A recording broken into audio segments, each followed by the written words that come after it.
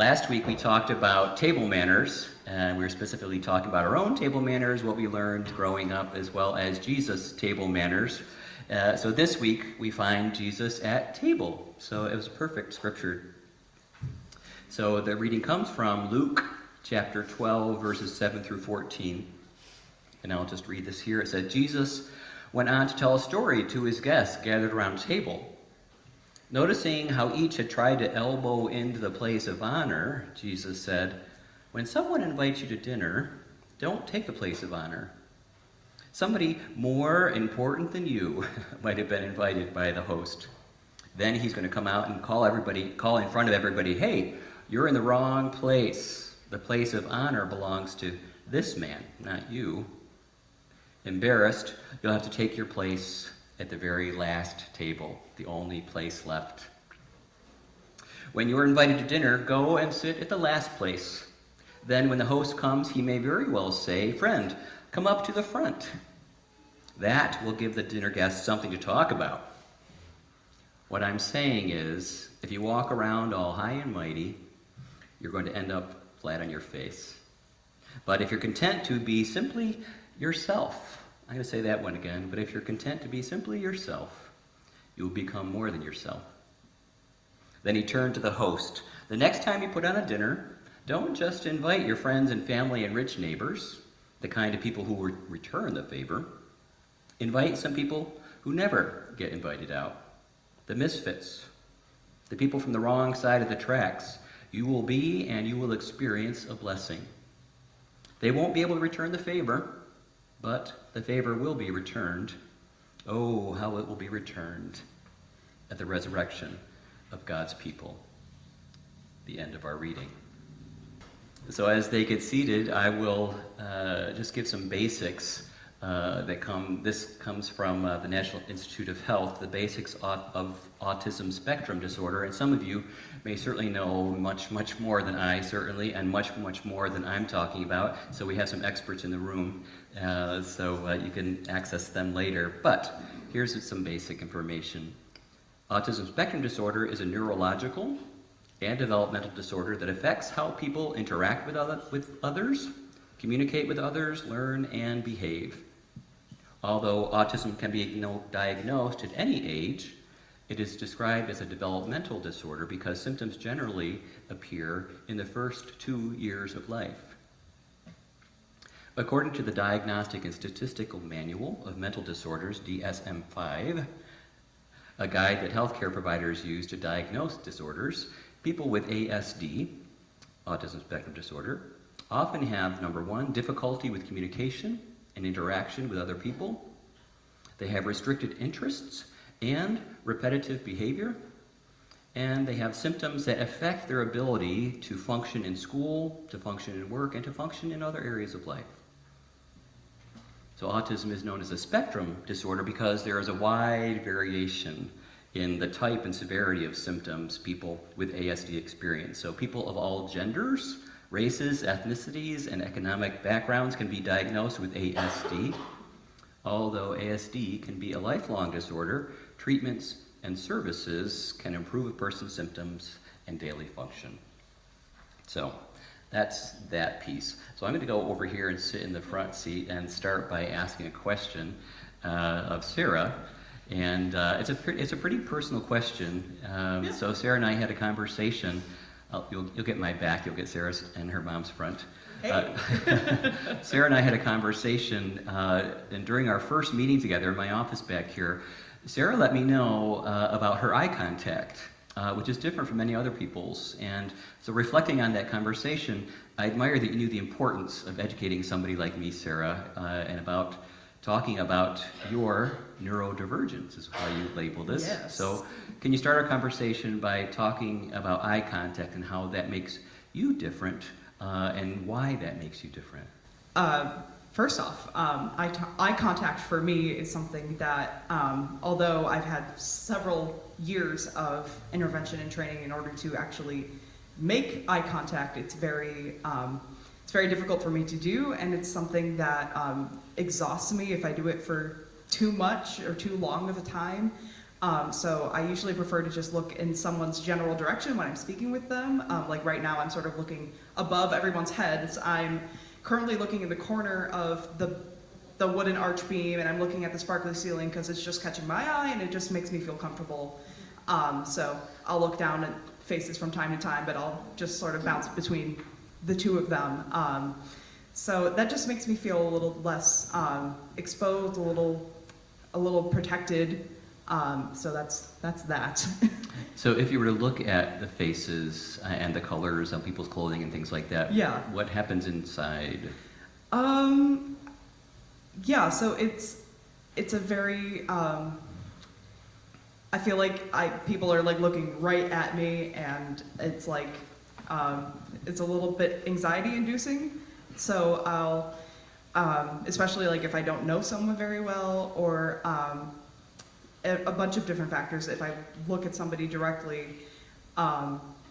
it gets my ears are starting to get hot.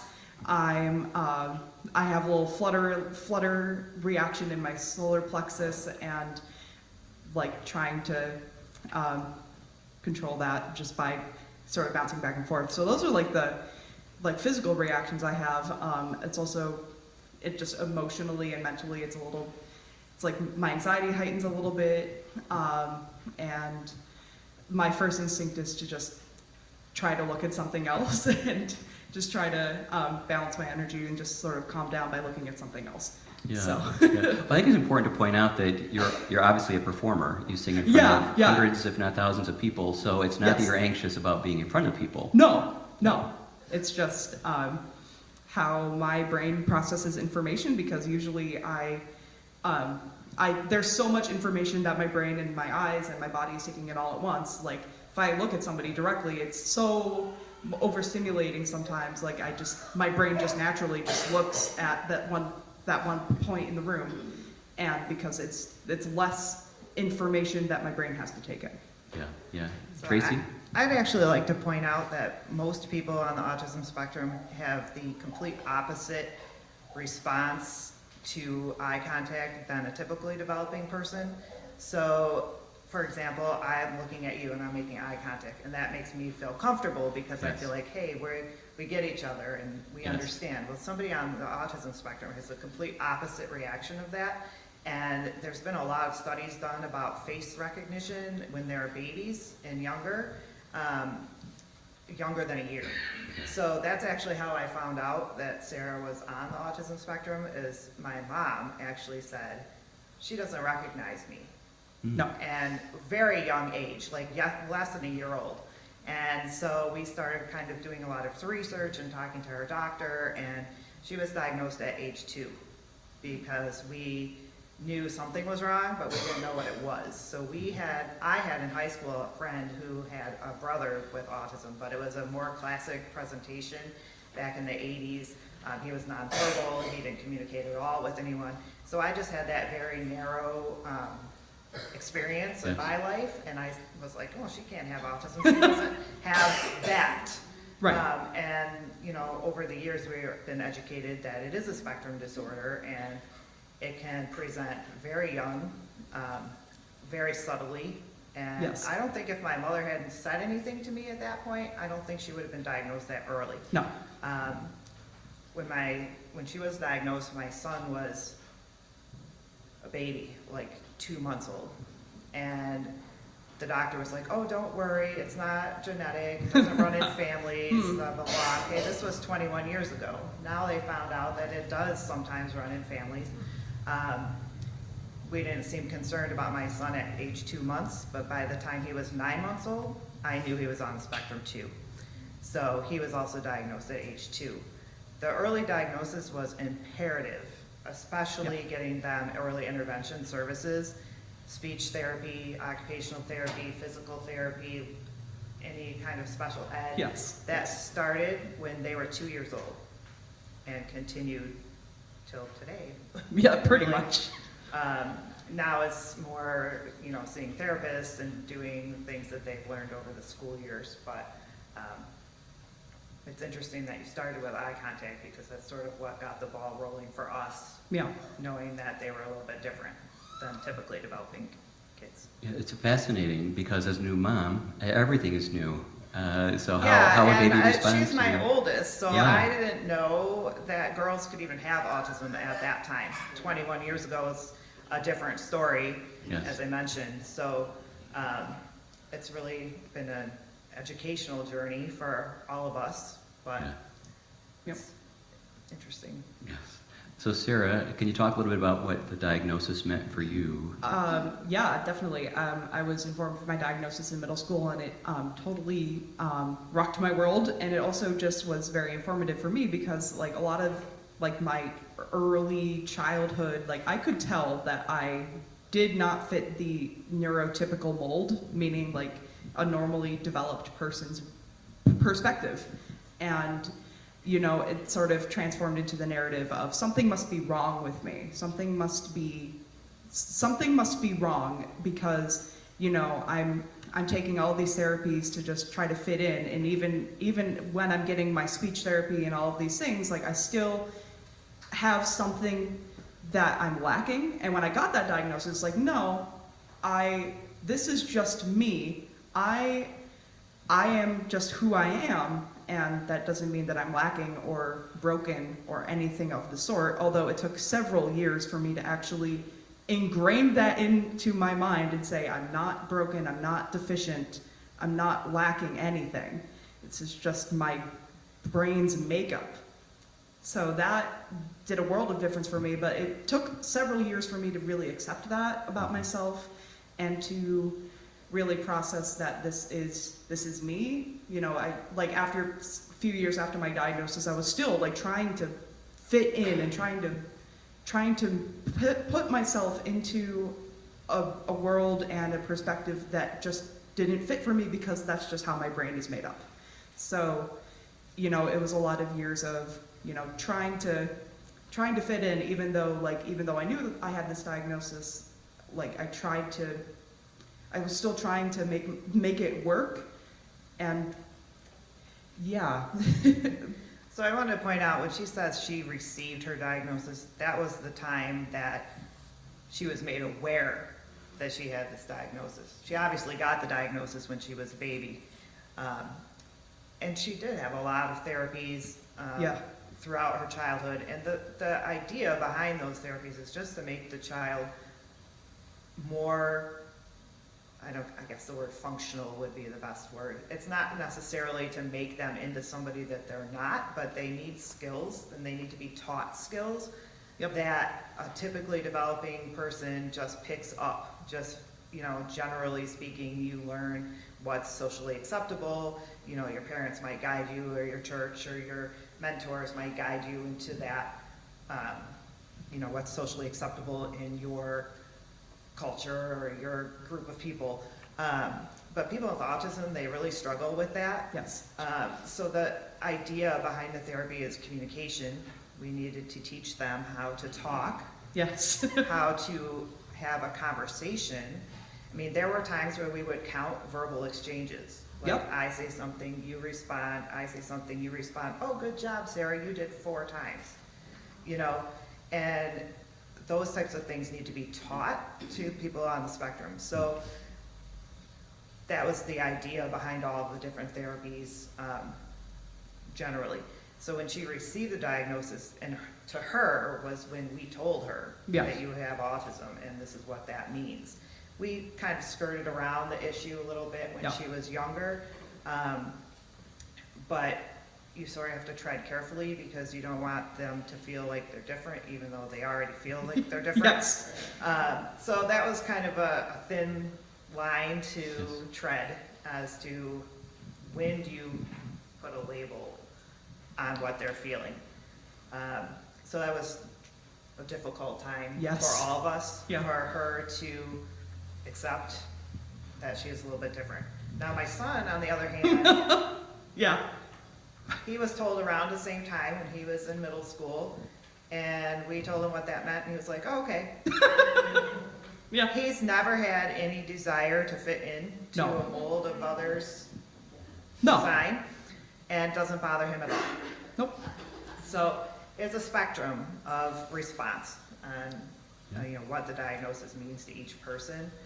But they both come to accept that they have this diagnosis that most people would consider a disorder. But it comes with a lot of gifts as well. Yes. Terrific. So maybe we'll circle back to those gifts. So Sarah, we talked about the term dysregulated, something yes. that I didn't know about. Could you talk what that looks to us about what that looks like or feels like? Sure. Means to I you? can point to an exact day last week I was feeling dysregulated. That was Friday. Yes, you Friday were. was really rough for me. Yeah. So I went into work and I immediately, I woke up in the morning, I'm like, I am completely exhausted. I got sleep, it was not restful at all. I'm already feeling just really dragged down, really low energy, and I could tell that my sensory battery was really low. And so I went throughout that day of work and all of my sentences were really heightened, everything felt so much louder than usual. My eyes were struggling to keep open because I was so overwhelmed, and also so tired, I could barely keep my eyes open. I was just the world is just so much right now.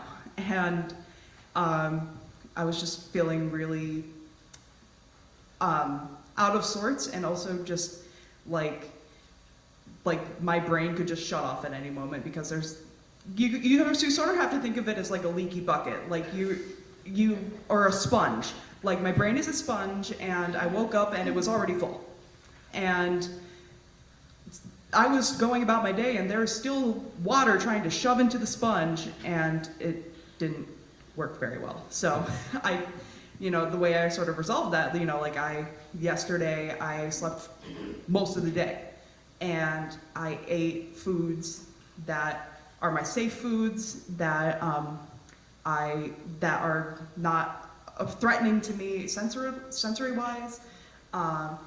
Spent some time just vegging out and just playing on the computer, just very introverted things.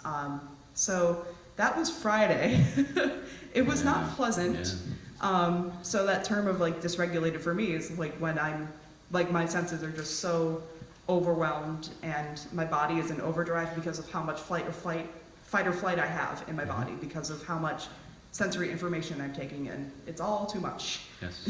Yes. So that's interesting to point out that most people think that people with autism have social and communication issues primarily, but there are also a lot of sensory dysfunction that goes on the spectrum, both from a touch response, auditory sensitivities,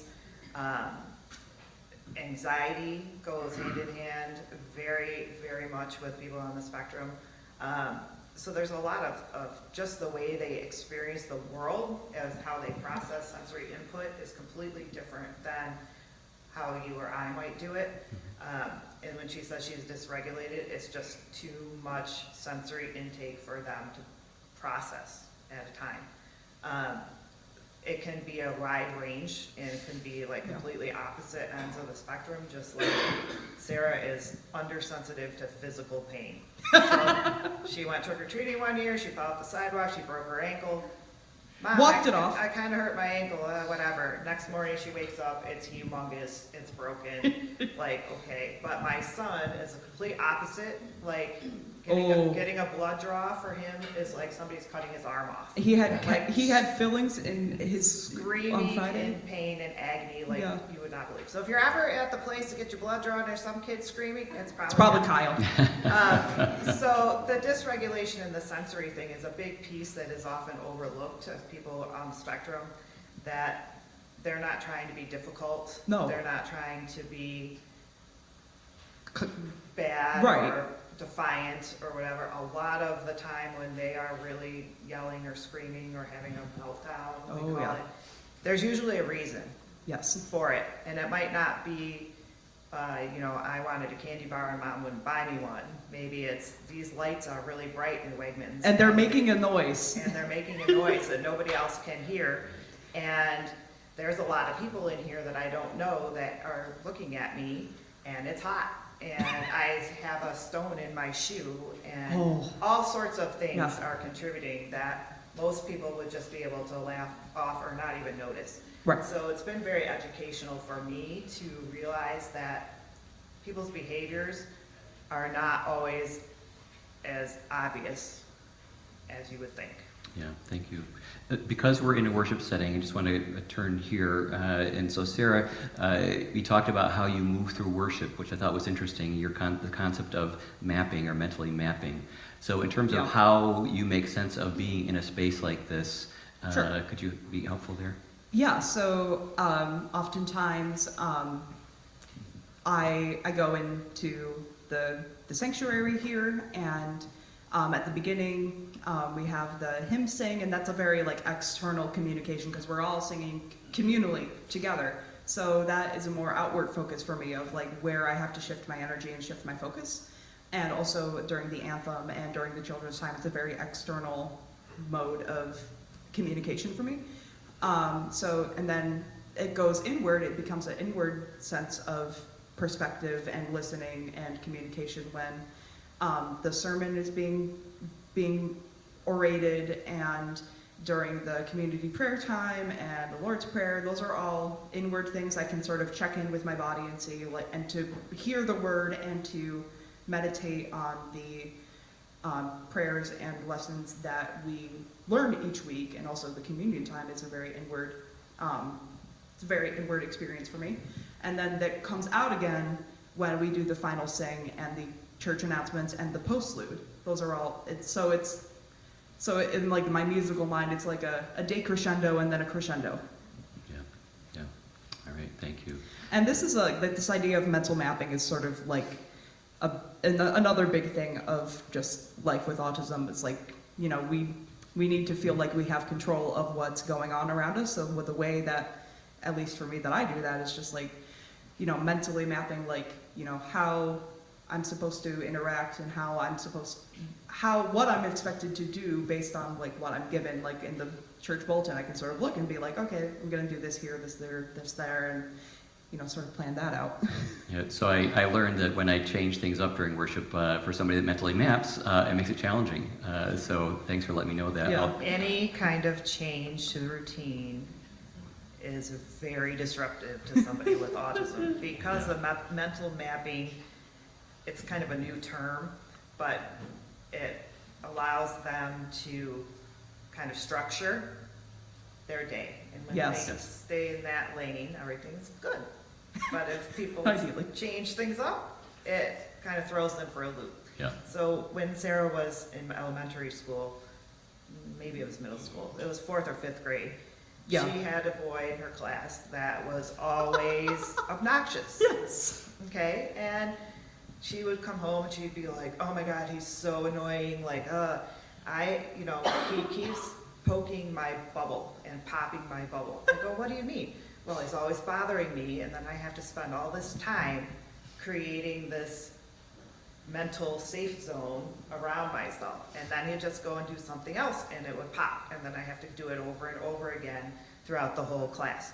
Now, she was probably 10 years old when she was able to verbalize that that's what she was doing. She was kind of mentally mapping, creating this zone around her own thoughts, and he would just keep popping her bubble. Now, of course, people do that on real life all the time, Yes. not everybody, right? Yes. But it was really intuitive that she said that at that young age. So mental mapping is basically just a coping mechanism that you use to try to get through the day in a socially acceptable manner. Terrific. Well, here's my last question, then it's directed first at you, Tracy, or towards you, Tracy. So as a mother of 2 people on the autism spectrum disorder, how have you learned how to be your best mom, to be your best self? She's a great mom, by the way. Yeah, I've heard that. And who helped, or what helped, and what didn't help? Well, I'm kind of uncomfortable when people ask that because I really feel like I didn't really have a choice. It's not like I chose to be a good mom or a bad mom. I mean, obviously everybody wants to be the best parent that they can be, most people. And I think the thing that helped was letting go of expectations. So very early on, I had a hard time when my friends' kids would be reaching milestones at certain times and mine weren't. Yeah. And that was hard, to not compare yourself to other people or their children or whatever. So letting go of some of that was helpful to me, and I was just like, okay, well, they have a developmental delay. That doesn't mean that they're never going to be able to accomplish anything. It just might take longer, and a little bit of a rougher road. As far as who helped, we're very fortunate here in Monroe County to have strong hospital. We've gotten hooked up with a lot of very good doctors, a lot of good therapists, and then our school system here is incredibly supportive. Great teachers, particularly in elementary school. Great support from the school district, giving whatever services we needed. We didn't have to pay for any of that. It was all covered by the school district. Sarah actually went to Norman Howard School for high school, which was also covered by the school district. So they were always very supportive. Whatever the kids needed, they were able to provide for them. Family support, we had a little. A lot of sacrificing on mine and my husband's part to provide what they needed. It's been a journey. Yes. But I have to say, when they were little, I never would have thought that they would both be in their 20s and working. Honestly, Yeah. like, I honestly thought that was my goal. Like, Yes. I want them to be able to get to the point in their lives where they can contribute and support themselves. So we're still working a little bit on the support themselves part. Yeah. But it's been really incredible, from somebody that didn't talk until they were 3 years old to what she is now. Yeah. And we love what she is now. So thank you. I do too. Let's end there. So thank you so much, both of you, for sharing with us your lives and your experience. Hopefully we will become a more compassionate community.